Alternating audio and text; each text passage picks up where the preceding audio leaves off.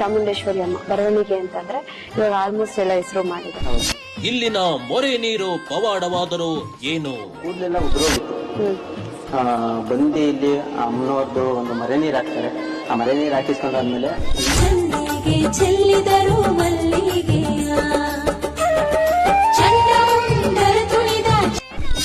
ಇಲ್ಲಿ ಬಂದರೆ ಕಟ್ಟಾಕಿರೋ ದೇವರು ಸಹ ಬರುತ್ತಾರೆ.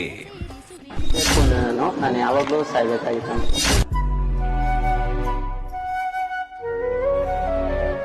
ನನಗೆ ಮಾಡಿ ಮೇಲಿಂದ ಬಿದ್ದಿದ್ದೀನಿ, ಮಾಡಿ ಮೇಲಿಂದ ಬಿದ್ದಿದ್ದೀನಿ. ಅಮ್ಮ ಸರಗೊಟ್ಟಿ ಹಾಕೊಂಡಿದ್ದಾನೆ.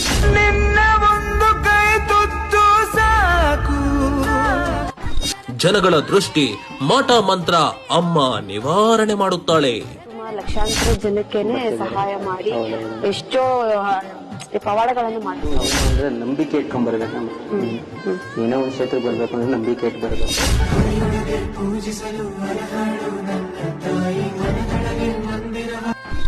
ನಂಬಿಕೆ ಇಟ್ಟು ಕ್ಷೇತ್ರಕ್ಕೆ ಬಂದ್ರೆ ಈ ತಾಯಿ ಒಲಿಯುತ್ತಾಳೆ.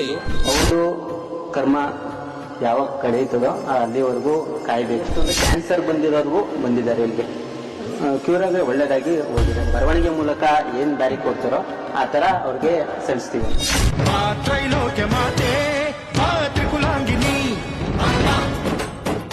ಭಕ್ತರು ಏನು ಕೇಳೋ ಹಾಗೆ ಇಲ್ಲ. ಯಾರೇ ಬಂದ್ರು ಎಲ್ಲಿಂದನ ಬಂದ್ರು ಅಮ್ಮನವರೇ ಬರೀತಾರೆ ಅನ್ನೋದೊಂದು ಪದ್ಧತಿ. ವರವ ಕೊಡೆ ಚಾಮುಂಡಿ ವರವ ಕೊಡೆ, ಸೆರಗೊಟ್ಟಿ ಬೇಡುವೆನು ವರವ ಕೊಡೆ. ವಿವನ್ ಸುದ್ದಿ ವಾಹಿನಿಗೆ ನಿಮಗೆಲ್ಲರಿಗೂ ಸ್ವಾಗತ. ಈಗಾಗಲೇ ಈ ಕ್ಷೇತ್ರದ ಬಗ್ಗೆ ಬಹಳಷ್ಟು ತಿಳಿಸಿದ್ದೇವೆ. ಶ್ರೀ ಚಾಮುಂಡೇಶ್ವರಿ ಅಮ್ಮನವರ ಪವಾಡವನ್ನ ಕೇಳಲು ಅಸಾಧ್ಯ. ಆದರೂ ಕೂಡ ಈ ಕ್ಷೇತ್ರದಲ್ಲಿ ಏನು ನಡೆಯುತ್ತೆ ಎಂಬುದರ ಕುರಿತು ಇಲ್ಲಿನ ಧರ್ಮದರ್ಶಿಗಳಾದಂತಹ ರವೀಶ್ ಗುರುಗಳು ಯಾವ ತರ ಕ್ಷೇತ್ರದಲ್ಲಿ ಅಮ್ಮನವರು ಪವಾಡವನ್ನ ಮಾಡುತ್ತಿದ್ದಾರೆ ಎಂಬುದು ತಿಳಿಸಿಕೊಡುತ್ತಾರೆ. ಬರವಣಿಗೆ ಮುಖಾಂತರ ಭಕ್ತರಿಗೆ ಒಳ್ಳೆಯದನ್ನೇ ಮಾಡುತ್ತಿರುವ ಶ್ರೀ ಚಾಮುಂಡೇಶ್ವರಿ ಅಮ್ಮನವರು ಭಕ್ತರಿಗೆ ಬೇಗನೆ ಒಲಿದು ಬರ್ತಾಳೆ. ಈ ಜಗನ್ಮಾತೆ ಪವಾಡಕ್ಕೆ ಹೆಸರುವಾಸಿಯಾಗುತ್ತಿರುವ ಶ್ರೀ ಕೋಡಿ ಬಸವೇಶ್ವರ ಸ್ವಾಮಿ ತಪೋ ಪುಣ್ಯ ಕ್ಷೇತ್ರ ಶ್ರೀ ಶಿವಗಂಗಾಧರೇಶ್ವರ ಸ್ವಾಮಿ ಮತ್ತು ಶ್ರೀ ಚಾಮುಂಡೇಶ್ವರಿ ಅಮ್ಮನವರ ದೇವಾಲಯವಿದು. ಪುರಾತನದ ದೇವಸ್ಥಾನವಾಗಿದೆ. ಭಕ್ತರ ಕಷ್ಟ ಏನೆಂದು ನೋಡಿ ತಾಯಿ ಬರವಣಿಗೆ ಮಾಡ್ತಾಳೆ. ನೀವು ಸಹ ಕ್ಷೇತ್ರಕ್ಕೆ ಭೇಟಿ ಕೊಟ್ಟು ತಾಯಿಯ ಪವಾಡ ಒಮ್ಮೆ ಆದ್ರೂ ನೋಡಿ ನಿಮ್ಮ ಸಕಲ ಕಷ್ಟಗಳು ದೂರ ಮಾಡಿಕೊಳ್ಳಿ. ಸ್ಥಳ ಶ್ರೀ ಬರವಣಿಗೆ ಚಾಮುಂಡೇಶ್ವರಿ ಅಮ್ಮನವರ ದೇವಸ್ಥಾನ, 2ನೇ ವಾರ್ಡ್, ಜನತಾ ಕಾಲೋನಿ, ಕುಣಿಗಲ್. ನಮಸ್ತೆ ವೀಕ್ಷಕರೇ, ವಿವನ್ ಸುದ್ದಿವಾಹಿನಿಗೆ ನಿಮ್ಮೆಲ್ಲರಿಗೂ ಸ್ವಾಗತ ಹೇಳ್ತಾ, ಈಗಾಗಲೇ ಕ್ಷೇತ್ರದ ಅಂದ್ರೆ ಸ್ವಾಮಿಯವ್ರು ಹೇಗ್ ಬಂದ್ರು, ಯಾವ ತರ ಬಂದ್ರು, ಯಾವ ತರ ರೂಪದಲ್ಲಿ ಬಂದು ಇಲ್ಲಿ ನೆಲೆಗೊಂಡ್ರು ಅನ್ನೋದ್ರ ಬಗ್ಗೆ ಕೇಳಿದೀವಿ. ಮತ್ತೆ ಅವ್ರ ಮಗನ್ನ ಮಾತಾಡ್ಸೋಣ. ಗುರುಗಳೇ ನಮಸ್ತೆ. ಈ ಕ್ಷೇತ್ರಕ್ಕೆ ಸೇವೆ ಸಲ್ಲಿಸ್ತಾ ಇದ್ದೀರಾ. ಮುಖ್ಯವಾಗಿ ಅಮ್ಮನವ್ರಿಗೆ ಚಾಮುಂಡೇಶ್ವರಿ ಅಮ್ಮ ಬರವಣಿಗೆ ಅಂತಂದ್ರೆ ಇವಾಗ ಆಲ್ಮೋಸ್ಟ್ ಎಲ್ಲ ಹೆಸರು ಮಾಡಿದೆ. ಸುಮಾರು ಲಕ್ಷಾಂತರ ಜನಕ್ಕೇನೆ ಸಹಾಯ ಮಾಡಿ ಎಷ್ಟೋ ಪವಾಡಗಳನ್ನು ಮಾಡ್ತಿದ್ದಾರೆ. ಅದ್ರ ಬಗ್ಗೆ ಹೇಳೋದಾದ್ರೆ ಅಂದ್ರೆ ಮತ್ತಷ್ಟು ಇನ್ನು ಭಕ್ತಾದಿಗಳಿಗೆ ಒಳ್ಳೇದಾಗ್ಬೇಕಲ್ವಾ? ಒಂದು ಏನು ಅಂದ್ರೆ ನಂಬಿಕೆ ಇಟ್ಕೊಂಡ್ ಬರ್ಬೇಕು. ನಮ್ಮ ಏನೋ ಒಂದ್ ಕ್ಷೇತ್ರಕ್ಕೆ ಬರ್ಬೇಕು ಅಂದ್ರೆ ನಂಬಿಕೆ ಇಟ್ಟು ಬರ್ಬೇಕು. ಒಂದು ಅವ್ರದ್ದು ಕರ್ಮ ಯಾವಾಗ ಕಳೆಯುತ್ತದೋ ಅಲ್ಲಿವರೆಗೂ ಕಾಯ್ಬೇಕು. ಅದೊಂದು ಪದ್ಧತಿ. ಅಲ್ಲಿ ಎಷ್ಟೊಂದು ಸಾಕಷ್ಟು ಜನ ಬಂದಿದ್ದಾರೆ ಇಲ್ಲಿಗೆ. ಸಾಕಷ್ಟು ಜನ ಪಾಪ ತೊಂದರೆ ಇರೋರು ಬಂದಿದ್ದಾರೆ. ಅವ್ರಿಗೆ ಎಷ್ಟೋ ಒಳ್ಳೇದಾಗಿದೆ, ತುಂಬಾ ಒಳ್ಳೇದಾಗಿದೆ. ಬಟ್ ಎಷ್ಟೋ ಮಾಟ ಮಂತ್ರ ಆಗಿರ್ಬೋದು, ಗಾಳಿ ಸುರುಕು ಆಗಿರ್ಬೋದು, ಅಟ್ಲೀಸ್ಟ್ ಎಷ್ಟು ಅಂದ್ರೆ ಕ್ಯಾನ್ಸರ್ ಬಂದಿರೋರ್ಗೂ ಬಂದಿದ್ದಾರೆ ಇಲ್ಲಿಗೆ. ಕ್ಯೂರ್ ಆಗಿ ಒಳ್ಳೇದಾಗಿ ಹೋಗಿದ್ದಾರೆ. ಇವಾಗ ನೀವು ಕ್ಯಾನ್ಸರ್ ಅಂತ ಹೇಳಿದ್ರೆ, ಕ್ಯಾನ್ಸರ್ ಅಂದಿದ ತಕ್ಷಣ ಇವಾಗ ಎಷ್ಟೋ ಜನಕ್ಕೆ ಇಲ್ಲಿ ಬಂದಿದ ತಕ್ಷಣ ಕ್ಯಾನ್ಸರ್ ಹೋಗ್ಬಿಡುತ್ತೆ ಅನ್ನೋ ಒಂದು ಕ್ವಶನ್ಸ್ ಇರುತ್ತೆ. ಇಲ್ಲಮ್ಮ, ಅವ್ರ ಏನೋ ಗೊತ್ತಿಲ್ಲ, ಅವ್ರ ಭಕ್ತಿಯಿಂದ ಏನಿತ್ತೋ ಗೊತ್ತಿಲ್ಲ. ಇದೇ ಕಲಿಯೋದವ್ರು ಮಾಗಡಿ ಅವರು ಈಗಲೂ ಚೆನ್ನಾಗಿದ್ದಾರೆ. ಅವ್ರದ್ದು ಕೂದಲೆಲ್ಲ ಉದುರೋಗಿತ್ತು. ಬಂದು ಇಲ್ಲಿ ಅಮ್ಮನವ್ರದ್ದು ಒಂದು ಮರೆ ನೀರು ಹಾಕ್ತಾರೆ. ಆ ಮರೆ ನೀರು ಹಾಕಿಸ್ಕೊಂಡಾದ್ಮೇಲೆ ಈಗಲೂ ಶಿವರಾತ್ರಿ ಟೈಮ್ ಬಂದ್ಬಿಟ್ಟು ಅವ್ರು ಪೂಜೆ ಸಲ್ಲಿಸ್ಬಿಟ್ಟು ವರ್ಷ ಪೂಜೆ ಸಲ್ಲಿಸ್ಬಿಟ್ಟು ದೇವಸ್ಥಾನಕ್ಕೆ ಒಂದು 2 ಮೂಟೆ ಅಕ್ಕಿ ಕೊಟ್ಬಿಟ್ಟು ಹೋಗ್ತಿದಾರಮ್ಮ. ಅಂದ್ರೆ ಇಲ್ಲಿ ಅಮ್ಮನವರು ಮೊರೆ ನೀರು ಅಂತ ಅಂದ್ರೆ ಅದು ಯಾವ ತರ ಇದೆ ಪದ್ಧತಿ ಅಮ್ಮ? ಅದು ಇಲ್ಲಿ ಅಂದ್ರೆ ಕಳಸದ ಪೂಜೆ ಮಾಡ್ಬಿಟ್ಟು ಅದಕ್ಕೋಸ್ಕರನೇ ಪ್ರತ್ಯೇಕವಾಗಿ ಪೂಜೆ ಮಾಡಿ ಅದು ಕಳಸದ ನೀರು ಮಾಡ್ಬಿಟ್ಟು ಆಮೇಲೆ ಅವ್ರಿಗೆ ಒಂದು 3 ವಾರ ಆಗ್ಲಿ, 5 ವಾರ ಆಗ್ಲಿ, 9 ವಾರ ಅಮ್ಮನವರು ಬರವಣಿಗೆ ಮೂಲಕ ಏನ್ ದಾರಿ ಕೊಡ್ತಾರೋ ಆ ತರ ಅವ್ರಿಗೆ ಸಲ್ಲಿಸ್ತೀವಮ್ಮ. ಇಲ್ಲಿ ಭಕ್ತರು ಏನು ಕೇಳೋ ಹಾಗೆ ಇಲ್ಲ. ಯಾರೇ ಬಂದ್ರು ಎಲ್ಲಿಂದನ ಬಂದ್ರು ಅಮ್ಮನವರೇ ಬರೀತಾರೆ ಅನ್ನೋದೊಂದು ಪದ್ಧತಿ. ಹೌದಮ್ಮ. ಅದ್ರ ಬಗ್ಗೆ ಹೇಳೋದಾದ್ರೆ ಅದು ಒಂಥರ ಪವಾಡ ಮಾಡು. ಅಂದ್ರೆ ಹೇಳಕ್ಕಾಗಲ್ಲ. ನಮ್ಮ ಕಣ್ಣು ಮುಂದೆ ಅಮ್ಮ ಸೇವೆ ಮಾಡ್ತಾ ಇದ್ದೀರಾ, ನಿಮ್ ಕಣ್ ಮುಂದೆನೆ ನಾವೇ ಅನ್ಕೊಂಡಿರ್ಲಿಲ್ಲ ನಮ್ಮಮ್ಮ ಈ ತರ ಹೆಲ್ಪ್ ಮಾಡ್ತಾರೆ ಅಂದ್ರೆ ಈ ತರ ಸಹಾಯ ಮಾಡ್ತಾರೆ ಭಕ್ತಾದಿಗಳಿಗೆ, ಈ ತರ ಪವಾಡ ಮಾಡ್ತಾರೆ ಅನ್ನೋ ನಿಮ್ಗೆ ಗೊತ್ತಿಲ್ಲದಿರೋ ಸನ್ನಿವೇಶ ಯಾವ್ದು? ಅಮ್ಮ ಈ ಅಮ್ಮನ್ ನಂಬೇಕು ಅಂದ್ರೆ ನಾನು ಯಾವಾಗ್ಲೂ ಸಾಯ್ಬೇಕಾಗಿತ್ತಮ್ಮ. ನನಗೆ ಮಾಡಿ ಮೇಲಿಂದ ಬಿದ್ದಿದ್ದೀನಿ, ಮಾಡಿ ಮೇಲಿಂದ ಬಿದ್ದಿದ್ದೀನಿ. ಅಮ್ಮ ಸರಗೊಟ್ಟಿ ಹಾಕೊಂಡಿದ್ದಾಳೆ ನನ್ನ, ಅದಕ್ಕೋಸ್ಕರ ಆದ್ರೂ ಅವಳು ಸೇವೆ ಮಾಡ್ಲೇಬೇಕು. ನನಗೂ ಅಂದ್ರೆ ಜೀವ ಕೊಟ್ಟಿದ್ದಾಳೆ ಅವಳು, ಯಾವಾಗಲೂ ಹೋಗ್ಬೇಕಾಗಿತ್ತು ಜೀವ ಕೊಟ್ಟಿದ್ದಾಳೆ. ಅವು ಅಮ್ಮಂಗೆ ನಾನು ಸಾಯೋವರೆಗೂ ಸೇವೆ ಮಾಡೋದು ತಪ್ಪಲ್ಲ. ಅದಕ್ಕೋಸ್ಕರ ಅದೊಂದು ಸೇವೆ ಮಾಡ್ಕೊಂಡ್ಬಿಡ್ತಾ ಇದೀವಿ. ನಮ್ಮ ತಂದೆಯವರು ಏನ್ ಮಾಡ್ಕೊಂಡಿರೋ ಅದೇ ತರ ಇದು ಮಾಡ್ಕೊಂಡ್ಬಿಡ್ತೀವಿ. ಫಸ್ಟು ಶಿವಗಂಗಾಧರೇಶ್ವರ ಸ್ವಾಮಿಗೆ ಫಸ್ಟು ಮೂಲತಃ ದೇವಸ್ಥಾನ ನಿರ್ಮಾಣ ಮಾಡ್ಬೇಕು ಅಂತಂದ ಈ ಅಮ್ಮನ್ ಕಟ್ಲಿ ಅಂತ ನನಗೆ ಹುಷಾರಿಲ್ದಂಗೆ ಮಾಡಿದ್ರು. ಆಮೇಲೆ ನಾನೇ ಬಂದು ಇಷ್ಟ ಜಾಗದಲ್ಲಿ ಅಮ್ಮ ನಾನು ಕಟ್ಟಿಸ್ಕೊಡ್ತೀನಿ ಅಂದ್ಬಿಟ್ಟು ಒಂದು ದಾರಿ ಮಾಡ್ಕೊಂಡು ಈಗ ಸಾವಿರಾರು ಜನ ಭಕ್ತಾದಿಗಳು ಜಾತ್ರೆ ಟೈಮಲ್ಲಿ ಆ ಅಮ್ಮಂಗೆ ಒಕ್ಲಿಲ್ಲ ಅಂದ್ರೂ ಸಾವಿರಾರು ಜನ ಬಂದ್ಬಿಟ್ಟು ಒಂದು ಆರತಿ ತಗೊಂಡ್ ಬಂದು ಮಾಡ್ಕೊಂಡು ಹೋಗ್ತಾರೆ. ಅಷ್ಟು ಅವ್ರಿಗೆ ಒಳ್ಳೇದಾಗಿದೆ ಅಂತ ಒಂದು ನಂಬಿಕೆ ಅಮ್ಮ. ಚಾಮುಂಡೇಶ್ವರಿ ನಮ್ದವ್ರಿಗೆ ಯಾರು ಸೋಲಿ ಖಂಡಿತ ಅಮ್ಮ ಇಲ್ಲ ಅಮ್ಮ, ಯಾವ್ದಾದ್ರು ಒಂದು ರೂಪದಲ್ಲಾದ್ರೂ ಬಂದು ಒಂದು ಕೈ ಹಿಡಿತಾರೆ. ಅಂದ್ರೆ ಈ ಕ್ಷೇತ್ರದಲ್ಲಿ ಅಂದ್ರೆ ಕ್ಷಣಾರ್ಥದಲ್ಲಿ ಕಾಯಿಲೆಗಳು ಸಹ ಅಮ್ಮ ವಾಸಿ ಮಾಡ್ತಾರೆ. ಹೌದಮ್ಮ. ಅಂದ್ರೆ ಯಾವ ತರ ಇವಾಗ ಹೇಳಿದ್ವಿ ಕ್ಯಾನ್ಸರ್ ಅಂತ ಹೇಳಿದ್ರು, ಅದ್ ಬಿಟ್ರೆ ಬೇರೆ ಯಾರು ಸ್ಟ್ರೋಕ್ ಆ ತರ ಕಾಯಿಲೆ ಏನಾದ್ರು ವಾಸಿ ಮಾಡಿದ್ರು ಅಮ್ಮ? ಆ ತರ ಯಾವ್ದು ನಮ್ಗೆ ಬಂದಿಲ್ಲ ಇನ್ನೂ. ಬಟ್ ಬೇರೆ ತರ ಕಾಯಿಲೆಯಿಂದ ಬಂದಿದಾರಮ್ಮ, ಹೊಟ್ಟೆ ನೋವಾಗಿರೋದು, ಬೇರೆ ಸಮಸ್ಯೆ ಆಗಿರೋದು. ಈಗ ಅಷ್ಟು ಜಾಸ್ತಿ ಬರ್ತಾ ಇರೋದು ಈಗ ಮುನೇಶ್ವರ ಆ ತರ ದೇವ್ರುಗಳು ಪೂಜೆ ಮಾಡಿರ್ತಾರೆ, ಬಿಟ್ಬಿಟ್ಟಿರ್ತಾರೆ, ಅಂತವ್ರಿಂದ ತೊಂದ್ರೆ ಬೇಜಾನ್ ಜನ ಬಿಡ್ತಾರಮ್ಮ. ಅವಮ್ಮ ಕಳ್ಸ ಮೇಲ್ ಮಾಡುತ್ತಿದ್ದಂಗೆ ಅವ್ರಿಗೆ ಏನೇ ಆಗಿರ್ಲಿ, ಅವ್ರಿಗೆ ಏನ್ ಅಕಸ್ಮಾತ್ ಏನೋ ದೇವ್ರು ಬರ್ತಿತ್ತ ನಿಂತೋಗಿತ್ತ, ಅವಮ್ಮ ಮಾಡುತ್ತಿದ್ದಂಗೆನೆ ಸಾಕ್ಷಿ ಇದೆ. ಯಾವ ತರ ಕಟ್ಟಾಗಿ ಕಟ್ಟಿದ್ರು ಅಮ್ಮ ಎಂತ ಕಟ್ಟಿಕ್ಕಿದ್ರು ತಲೆ ಮೇಲೆ ಮಾಡ್ತಿದ್ದೆ ಬರ್ತಾಳೆ. ಅವ್ರಿಗೆ ಅವ್ರ ಕಡೆಯಿಂದಾನೇ ನಾನು ದಾರಿ ಮಾಡಿಸ್ಕೊಡ್ತೀನಿ. ಅವರೇ ಹೇಳ್ಬೇಕು, ಈ ಅಮ್ಮ ಹೇಳದ್ ಬೇಡ. ಅವ್ರಿಗೆ ಯಾವ ದೇವ್ರು ಬರ್ತಿತ್ತೋ ಆ ಅಮ್ಮನ ಕೈಲೇ ನಾನು ಮಾತಾಡ್ಸಿ ನೀ ಬಸ್ಸು ಹಿಂಗಾಗೈತೆ ಅಂತ ಹೇಳ್ಬಿಟ್ಟು ನಾನು ಪರಿಹಾರ ಕೊಡ್ತೀನಿ ನಾನು ಕ್ಷಣದಲ್ಲೇ ಅದನ್ನ ಮಾತಾಡಿಸ್ತೀನಿ. ಖಂಡಿತ ಆತರ ದೇವಸ್ಥಾನದಲ್ಲಿ ಮಾಡೋದು ಇಲ್ಲ. ಅಂದು ಪ್ರತ್ಯೇಕವಾಗಿ ಅವ್ರಿಗೆ ಏನೋ ತೊಂದರೆ ಆಗಿತ್ತು ಅಂದ್ರೆ ಹೋಮ ಮಾಡಿಸೋದು.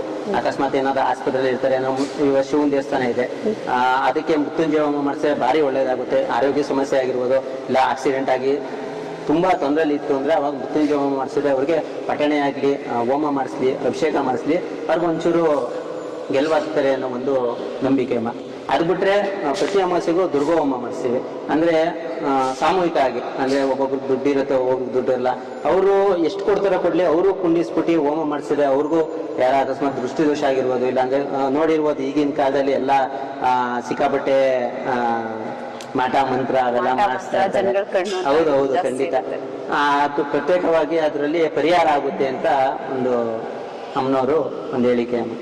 ಅಮ್ಮನವ್ರ ಮುಂದೆನೆ ಹೋಮ ಮಾಡಿಸೋದ್ರಿಂದ ಬೇಗ ಪರಿಹಾರ ಆಗುತ್ತೆ. ಖಂಡಿತಮ್ಮ, ಅಮ್ಮನವರು ಬೇಗನೆ ಅನುಗ್ರಹ ಕೊಡ್ತಾರಮ್ಮ. ಮತ್ತೆ ಇಲ್ಲಿ ಮುಖ್ಯವಾಗಿ ನಾನ್ ಕೇಳ್ಪಡ್ತಂಗೆ ಸರ್ಪ ಸಂಚಾರ ತುಂಬಾ ಇದೆ ಅಂತ. ಖಂಡಿತ ಇದೆ ಅಮ್ಮ. ಯಾವ ತರ ಇದು ಅಂತ ಅಮ್ಮ ಅದು ಹೇಳಕ್ಕಾಗಲ್ಲಮ್ಮ, ಯಾವ ಟೈಮಲ್ಲಿ ಬರುತ್ತೆ ಅಂತ ಗೊತ್ತಿಲ್ಲ. ಬಟ್ ಅವ್ನು ನೆನ್ಸ್ಕೊಂಡಾಗ ಒಂದೊಂದು ಟೈಮಲ್ಲಿ ಬಂದು ಕಾಣಿಕೆ ತೋರಿಸ್ಬಿಟ್ಟು ಹೋಗ್ತಾರೆ. ಬಂದಂತ ಈಗ ಒಂದು ಲಾಸ್ಟ್ ಮಂತ್ ಅಲ್ಲಿ ಇಲ್ಲೇ ಭಕ್ತಾದಿಗಳ ಸಮಯದಲ್ಲೇ ಬಂದು ಒಂದು ದಾರಿ ಕೊಟ್ಟಿರೋದು. ಫಸ್ಟ್ ಪ್ರಥಮ ಬಾರಿಗೆ ನಮ್ಮ ತಂದೆಯವರು ಹೇಳಿದ್ರು ಕೊಳವೆ ಬಾವಿಯಿಂದ ಒಂದು ಸೃಷ್ಟಿಯಾಗಿದ್ದು ಅಂತ. ಅಲ್ಲಿ ಹೋಗಿ ಶಿವರಾತ್ರಿ ಟೈಮಲ್ಲಿ ಪೂಜೆ ಮಾಡ್ಬೇಕಾದ್ರೆ ಹಾಲು ಮಡಗಿದ್ರೆ ಆ ಒಪ್ಪ ಬಂದ್ಬಿಟ್ಟು ಜನ ಸಮೇತ ಎಲ್ಲಾರು ಜನ ಇರೋರು ಅಲ್ಲಿ ಬಂದ್ಬಿಟ್ಟು ಹಾಲು ಕೊಡ್ಬಿಟ್ಟು ತಿರ್ಗಾ ಬಾವಿಗಿಳಿತಿತ್ತಂತೆ. ಹೌದು, ನಾವಿನ್ನೂ ಚಿಕ್ಕ ಹುಡುಗರು ಅವಾಗ, ನಮ್ಗೆ ಅಷ್ಟೊಂದು ತಿಳುವಳಿಕೆ ಇಲ್ಲ. ಬಟ್ ಜನಗಳು ಹೇಳೋರು, ಸಿಕ್ಕಾಪಟ್ಟೆ ಹೇಳೋರು. ಆಮೇಲೆ ನಾಗರಿಕರು ಪ್ರತಿಷ್ಠಾಪನೆ ಮಾಡ್ಬೇಕಾದ್ರೂ ಅಷ್ಟೇ ನಮ್ಮ ತಂದೆಯವ್ರ ಮಹಿಮೆಯಾಗಿ ನಾನು ಪ್ರತ್ಯಕ್ಷ ಆಗ್ತೀನಿ ಅಂದ್ಬಿಟ್ಟು ಜನರು ಕಣ್ ಮುಂದೆನೆ ಒಂದು ಮರಿ ರೂಪದಲ್ಲಿ ಬಂದ್ಬಿಟ್ಟು ಒಂದು ದಾರಿ ಕೊಟ್ಬಿಟ್ಟು ಹೋಗಿದ್ರು. ಸಾಕಷ್ಟು ಪವಾಡ ಇದೆ, ಹೇಳ್ತಾ ಕುತ್ಕೊಂಡ್ರೆ ಆಗಲ್ಲ. ಖಂಡಿತ ನೀವೇ ಇಲ್ಲಿ ಬಂದು ಕೂತಿದ್ರ ಎಷ್ಟು ನೆಮ್ಮದಿ ಸಿಗುತ್ತೆ ಈ ಜಾಗದಲ್ಲಿ ಅಂತ ನಿಮ್ಗೆ ಗೊತ್ತಾಗುತ್ತೆ. ಖಂಡಿತ ಒಂದು 10 ನಿಮಿಷ ಕೊಟ್ಬಿಟ್ರೆ ಎಷ್ಟು ಅವ್ರಿಗೆ ಟ್ರಸ್ಟ್ ಆಗಿರ್ಬೋದು, ಫುಲ್ಲು ನೆಮ್ಮದಿ ಸಿಗುತ್ತೆ ಈ ಕ್ಷೇತ್ರದಲ್ಲಿ. ಪ್ರತಿ ವರ್ಷ ಅಂಬಾರಿ ಮಾಡೋದು ಮತ್ತೆ ಬನ್ನಿ ಮಂಟಪದ ಹತ್ರ ಹೋಗೋದು ಪದ್ಧತಿ ಇದೆ. ಇದು ಎಷ್ಟು ವರ್ಷದಿಂದ ನಡೀತಾ ಬರ್ತದೆ? ಆಲ್ರೆಡಿ ಒಂದು 35 ವರ್ಷ 40 ವರ್ಷ ಆಯ್ತಮ್ಮ. ಪ್ರತಿ ವರ್ಷನೂ ಮಾಡ್ತೀವಿ.